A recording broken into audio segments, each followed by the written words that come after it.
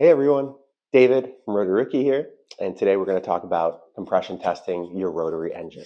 So why would you want to compression test the engine? There's a lot of reasons. The main reason is you want to make sure that the engine is functioning properly and that it's running healthy. If an engine has poor compression, oftentimes that could mean you have a failure in your apex seals, those pesky apex seals everyone talks about, or your corner seals or your side seals, and it may mean your engine is due for a rebuild. So when would you want to compression test your engine? Number one is if you are looking to buy a rotary car, whether that be an RX-8, an RX-7, or anything with a rotary engine in it with that spinning Dorito. You want to make sure that what you're getting yourself into when you buy the car. You want to make sure that it's running healthy and everything's good, and you're not going to have to do a big rebuild very soon in the future, or at least be aware and know what you're getting yourself into if you have to do a rebuild right away.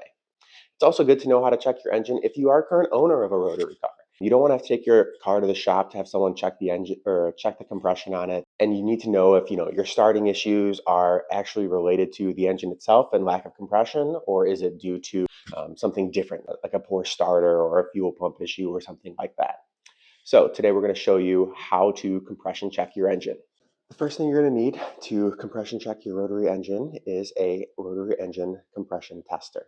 Okay, something similar to what I've got here.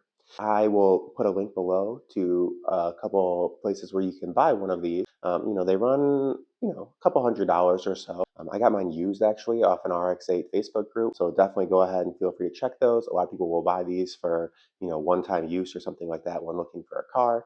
And you can get them a little bit cheaper. But you will need one of these to properly detect the compression in your engine, as these things will compensate to barometric pressure. Kind of a fancy term, but it's something that you can do at home with your own tester as long as you buy one and you don't have to go to Mazda or anything like that.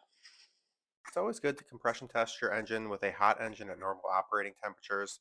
Testing a cold engine can create inaccurate or false readings that tend to be higher than normal and give an inaccurate view of the actual compression in your engine. You also want to make sure you have a fully charged battery and a starter that's in good condition before starting this test. Now that we've got a tester, we got to go ahead and jack the car up so we can get access to the spark plugs so that we can actually run the compression test. Let's do it.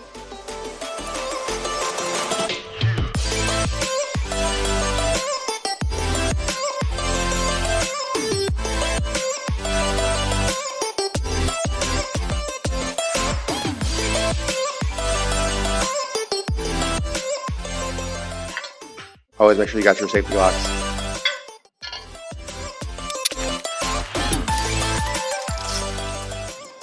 All right, so this next part is not entirely necessary, but what we're going to go ahead and do is take off the driver's side front wheel. This is going to give us a little bit better access to the spark plugs to do our testing. You can get the spark plugs just from going underneath the car and kind of wiggling around a little bit, but for the purposes of showing you, we're going to go ahead and take that off.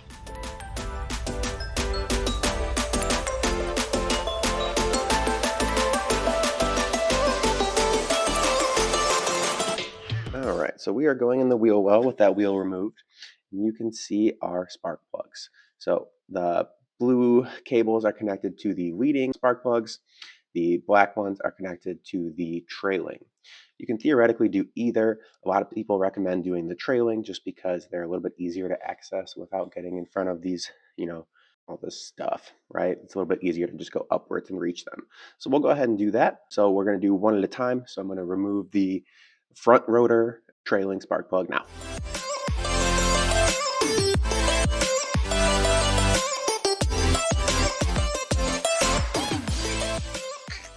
So we went ahead and got the spark plug out. We're going to go ahead and install the compression tester sensor. So it just threads right into the spark plug hole. So let me go ahead and do that. Cool. So next we want to go ahead and make sure that we're not putting any throttle into the engine or any fuel into the engine when we go ahead and start it. So there's a couple of things we can do. The compression tester says to remove the ESS sensor, which we'll get to in a minute, but I'm going to do both just to be safe. You can just go ahead and remove the fuel fuse because that's going to essentially not let any fuel get to the engine. So that's this one right here. We're just going to go ahead and wiggle that out. Anyone can pull it once it's been pulled.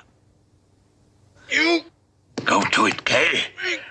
Give it all you got. Put your big hand into it. Here now. Push him outside. There we go. Put that over here nice and safe. And then to get to the ESS sensor, it's actually under the car, so we'll go do that really quick. All right, so if we come onto the car, you find your oil pan, you go right underneath it. Let me get some light. That sensor right there. So we're going to go ahead and just disconnect that. We should be good to go to do our compression test. Disconnected. Now that we've made sure that fuel is not going to get to the engine when we try and crank this thing over, we're going to go ahead and plug in our compression tester to the sensor that we installed earlier.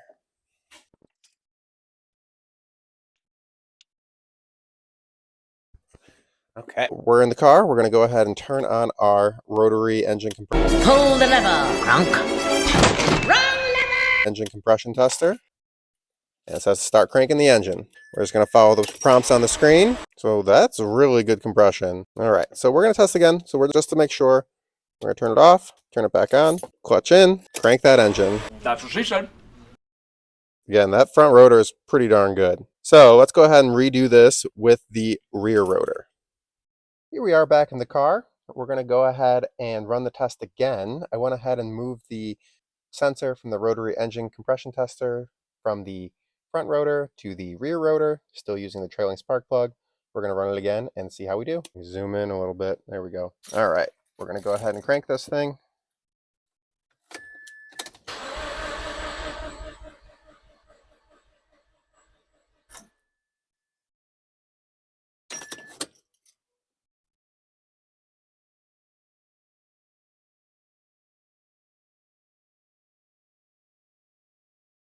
Pretty good compression still.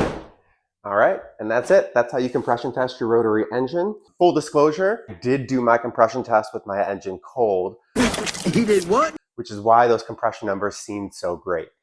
This car has a little over 90,000 miles on it. It's never been rebuilt, so the compression is definitely not that good. I know that for a fact from when I tested it, when I purchased this car. So my next plan is actually to pull this engine out and rebuild it. Stay tuned.